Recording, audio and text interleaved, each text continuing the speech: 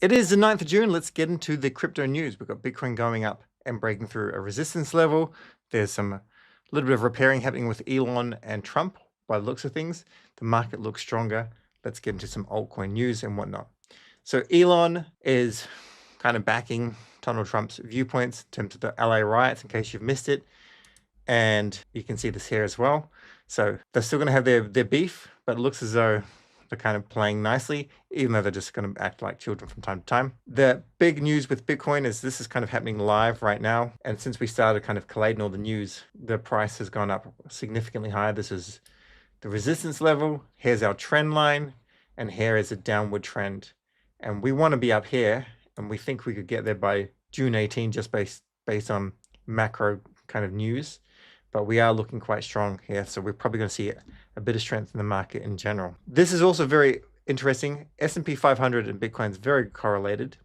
And of the last 20, 30 years, 40 years, of the last 40 years, we can see that whenever you've got a return in May of more than 5%, the following months are very, very lucrative. We haven't had anything like that until now. Could this be the same kind of system?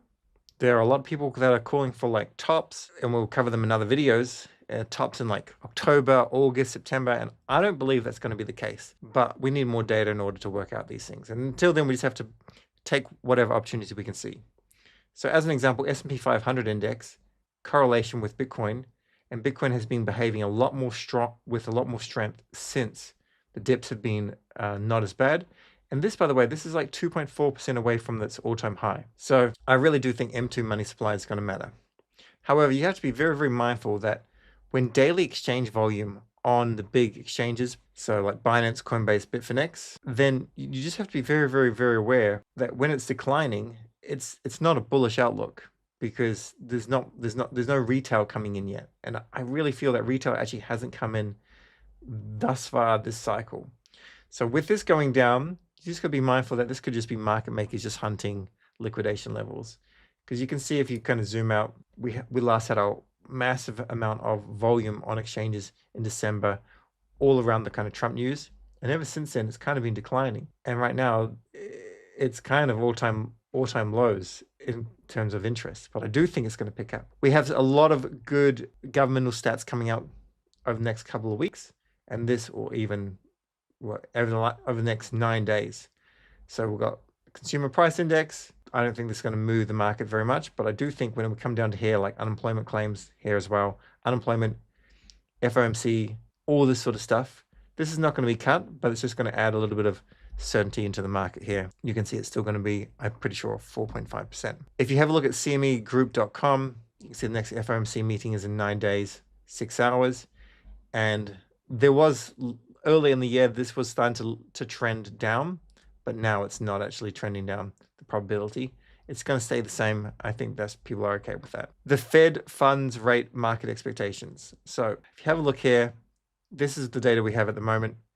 And I do think that things are going to come down, which is why I think that the bull run could continue into next year, early next year, even though people are calling for this top in October. But I don't want to call it too early, because, predicting the future is hard, very, very hard.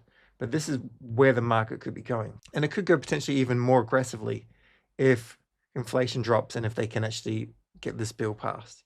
In which case, this would be the US loans, which also moves over to real estate and basically governs everything. Fear and greed is up to 62. We did get very briefly a 45, and then we bounced up. This was a V-shaped recovery. There was just too many people shorting, and the market makers went and hunted their stop losses and moved the market up. A whole lot of greenery here. Sol is doing well. Hype is still the strongest horse in the race by the looks of things. Slightly outperforming Sol here. And this is where a lot of attention is. There's been a lot of people calling for so many tokens to just tank. And I just don't see that happening. But you have to be mindful and be careful with your leverage plays.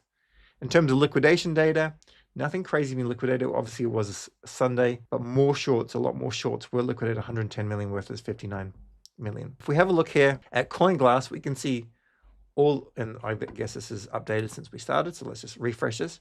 We can have a look and see where can the market makers potentially be trying to hunt. So this is Binance BTC.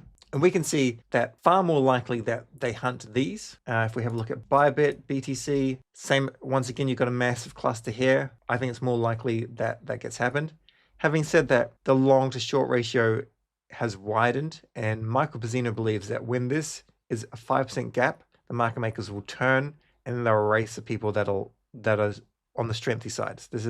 That would mean they'll chase the long as they'll chase these people, but it looks like it would be the other way around here. We can have a look at Sol as well. Even though the Sol's not like getting a huge amount of attention right now, once again, it looks like you're going to attack the people that are shorting it.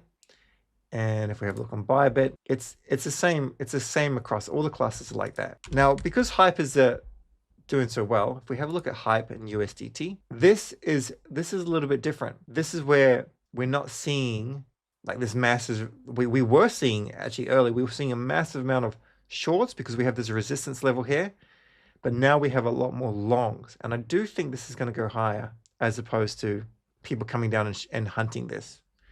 Once Hype is getting a whole lot of demand on all the exchanges like Binance, Bybit, OKX, and whatnot, Coinbase, with perpetuals, maybe it's going to change. But until then, just keep in mind that 90% of all of the Hyperliquid fees, as far as I'm aware, go daily to buy back the Hype token. So it has that perfect buyback utility, which pushes the prices up. This is Range of Finance. Give it a quick refresh. It's not like you can use this if you want to trade on chain because you're going to be direct wherever the best prices are.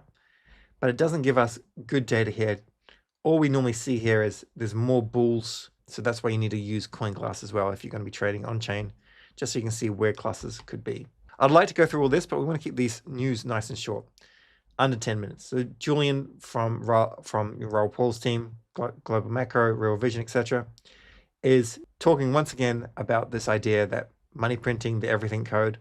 So I'll link it below. You can have a read through. But all has to do with aging demographics. Of course, there's still a cycle in here, and I haven't really mentioned that. But this is still what I think is really the thing that plays out. And this is very different to what so many people are talking about, the top in August, September, October. This here, Bitcoin part of the solution, we're at the early stage of a global race, scrambled by institutions, sovereigns, and individuals to accumulate as much Bitcoin as possible.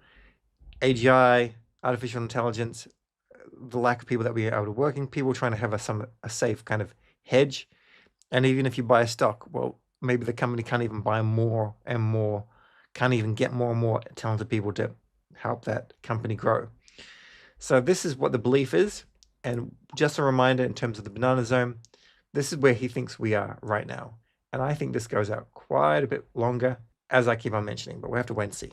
Having a look at this from Trader SZ as well. This was posted 2:30 a.m. this morning. It's now like 10 hours after. But now Bitcoin's got some strength. Sol's got some strength. So just keep that in mind. However, he does have this, looking at the end of the month, like a massive amount of a recovery on the Sol chart. And this is just one person's viewpoint. This is one trader's viewpoint.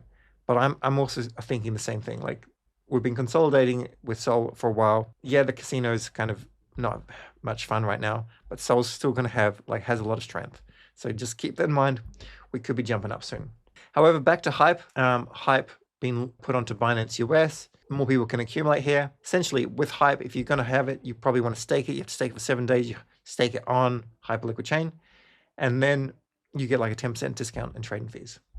But a lot more attention is coming to this. But the other thing is, even though more people can buy it, maybe what's going to happen is we're going to have a situation where you can buy it, but also they can short it a lot easier. Next bit of news, Top G has a referral for Hyperliquid. That's kind of crazy.